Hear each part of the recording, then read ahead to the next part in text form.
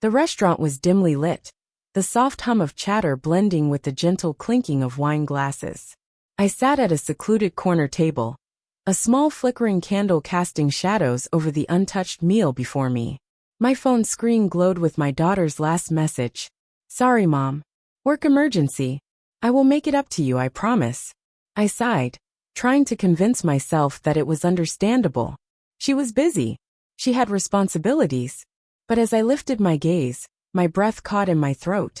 Across the room, under the golden glow of a chandelier, was my daughter, laughing, clinking glasses, and leaning into conversation. And beside her, laughing just as freely, was my ex-husband's new wife. My fingers tightened around the stem of my wine glass. The world around me seemed to dim, the murmurs of the restaurant fading beneath the deafening sound of my own heartbeat. She had lied to me. On my 60th birthday, and she had chosen them over me. The drive home felt longer than usual, though it was not the distance that made it unbearable. My hands gripped the steering wheel, my mind replaying the scene at the restaurant over and over again. My daughter, Claire, her head thrown back in laughter. The woman sitting beside her, Melissa, my ex-husband's new wife, leaning in, whispering something in her ear. The ease, the comfort between them, stung worse than any words could. I had raised Claire alone after her father left us nearly 15 years ago. I had been the one who stayed up with her during sleepless nights, the one who worked 2 jobs to keep a roof over our heads, the one who put my own dreams aside so she could have everything she needed. And yet there she was choosing them on the one day that was supposed to matter. I pulled into my driveway, my small suburban home eerily quiet. As I stepped inside, the silence wrapped around me like a suffocating blanket. I had imagined this night so differently, a celebration, a warm meal, laughter. Instead, I found myself alone with nothing but the echoes of my disappointment. Sitting down at the kitchen table, I stared at my phone. The message was still there, staring back at me. "Sorry, Mom. Work emergency." A lie. A blatant, hurtful lie. My fingers hovered over the screen. I could text her. I could call her. But what would I even say? The words of my best friend Linda played in my mind. "You have given that girl everything. And sometimes, that makes people take you for granted." I had dismissed it before, insisting that Claire loved me, that she would never intentionally hurt me. But now I was not so sure. A notification lit up my screen. A picture posted on social media. My heart clenched as I clicked on it. There they were again.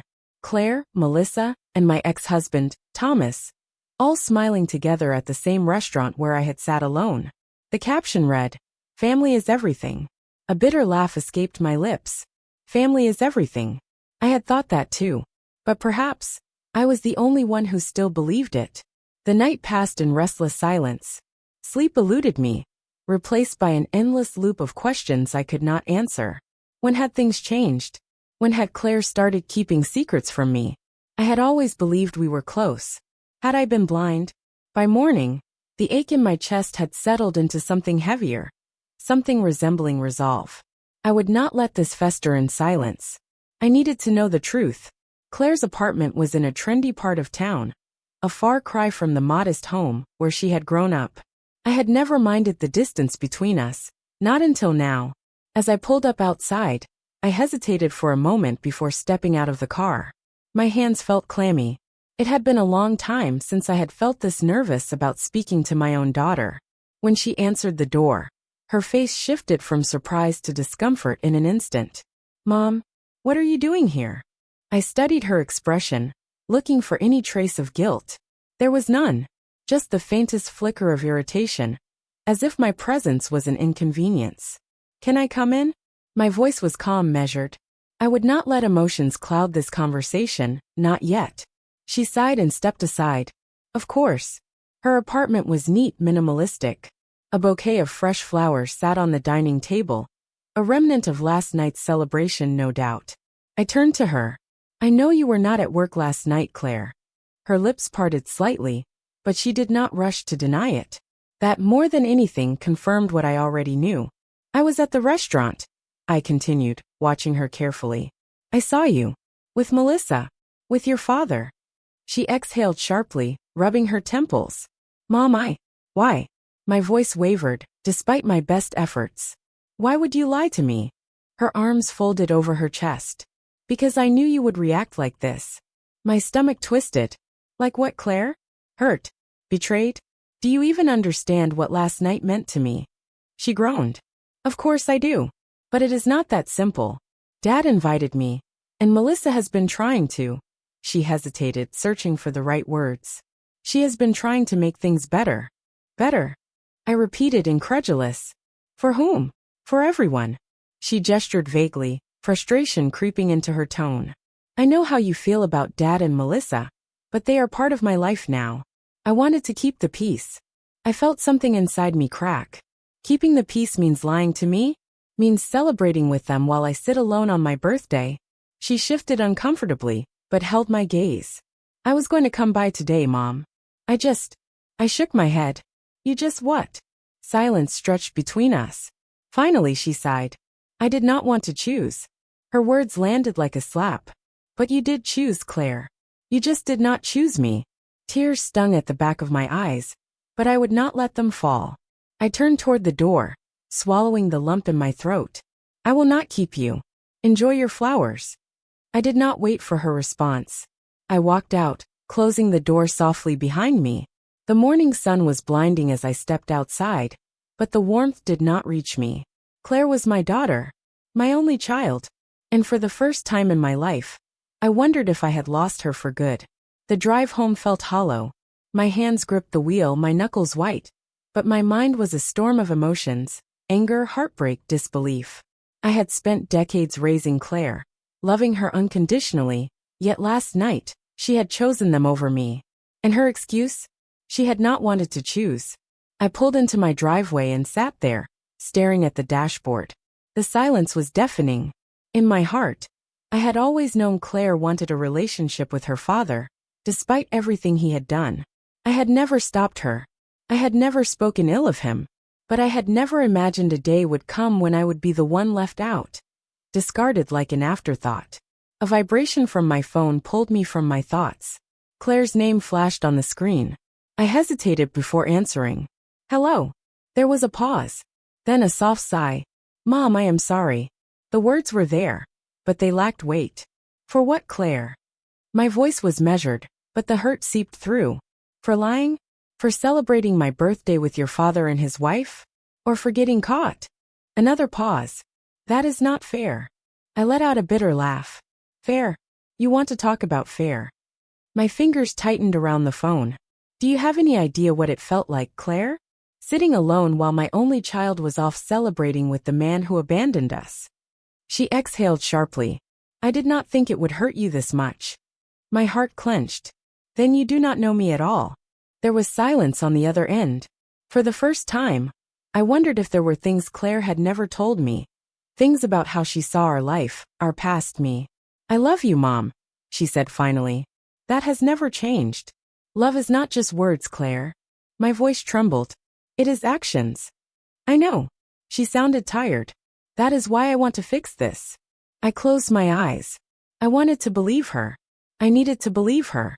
But something deep inside whispered that this was not just about last night. It was about all the choices she had been making, the distance that had been growing for longer than I had allowed myself to admit. And maybe, just maybe, I was not the only one who had been left behind. I took a deep breath. Then tell me the truth. Not just about last night, but about everything. Silence. Then in the softest voice she said, okay. The cafe was quiet, the mid-afternoon lull leaving most of the tables empty. I sat near the window, watching the cars pass by, my hands wrapped around a cup of coffee that had long since gone cold. Claire walked in a few minutes later, her face unreadable. She hesitated for a brief moment before making her way to me, sliding into the seat across from mine. Thank you for coming, I said, my voice steady but guarded. She nodded, fidgeting with the sleeve of her sweater. I owe you the truth. I studied her, trying to brace myself for whatever she was about to say. Go on.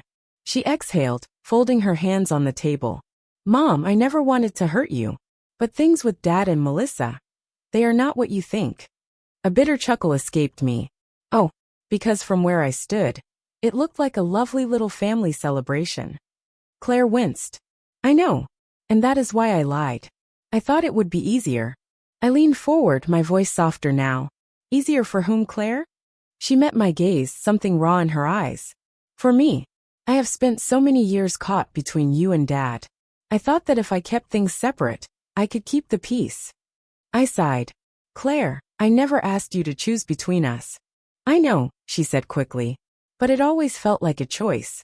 Every time I spent time with Dad, I felt guilty. And when I was with you, I felt like I was betraying him. It has been exhausting. My heart clenched. I had spent years feeling abandoned, but I had never stopped to consider what it had been like for her. To be caught in the middle of something she had no control over. I softened. Claire, I never wanted you to feel that way. Tears welled in her eyes. I know, Mom. But I also did not want to miss out on having a relationship with Dad. And Melissa, she has been trying really hard to connect with me. I stiffened at the mention of her, but Claire pressed on. She is not trying to replace you, she said gently.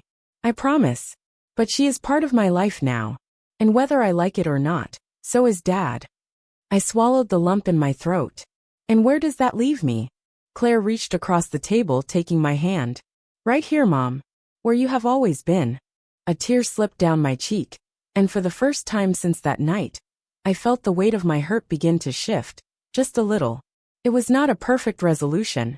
It would take time. But as I held my daughter's hand, I knew one thing for certain. She was still mine. And maybe, just maybe, we could find our way back to each other. The days that followed were not easy. The hurt did not simply vanish overnight, nor did the wounds of betrayal suddenly heal. But Claire had opened a door. One that I had feared was closing for good, and I was willing to walk through it, even if it meant facing some uncomfortable truths. One evening, as I sat in my living room, my phone buzzed. It was Claire. Dinner at my place tomorrow? Just you and me. A simple invitation, yet it carried so much weight.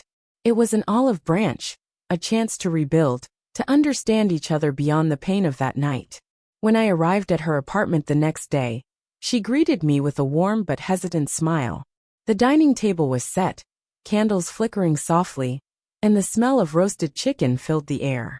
It reminded me of the meals we used to share, back when it was just the two of us. As we ate, our conversation flowed more naturally than it had in weeks. We talked about small things at first, work, books, the movie she had been meaning to watch. But eventually, the conversation circled back to what had been weighing on both of us. I know I hurt you, Claire said, setting down her fork. And I know it will take time to make things right. But I want to make things right. I studied her face, the daughter I had raised, the woman she had become. She was not that little girl anymore, the one who had clung to my hand in the grocery store, who had cried when I left her at kindergarten. She was an adult with her own choices, her own relationships, her own struggles. And if I truly loved her, I had to accept that. I want that too, I said finally. Her shoulders sagged with relief, and for the first time in a long while, I saw something I had feared was gone. Us. No matter how much had changed, no matter how much we had hurt each other, we were still mother and daughter. After dinner, as I was leaving, Claire hesitated before wrapping her arms around me in a tight hug. It was not rushed, not obligatory. It was real. I love you, Mom, she whispered. I held her close. I love you too. And this time, I believed we would be okay. Maybe we were not the same as before. Maybe things would never be exactly as they once were. But love had a way of surviving even the deepest wounds. And for us, that was enough.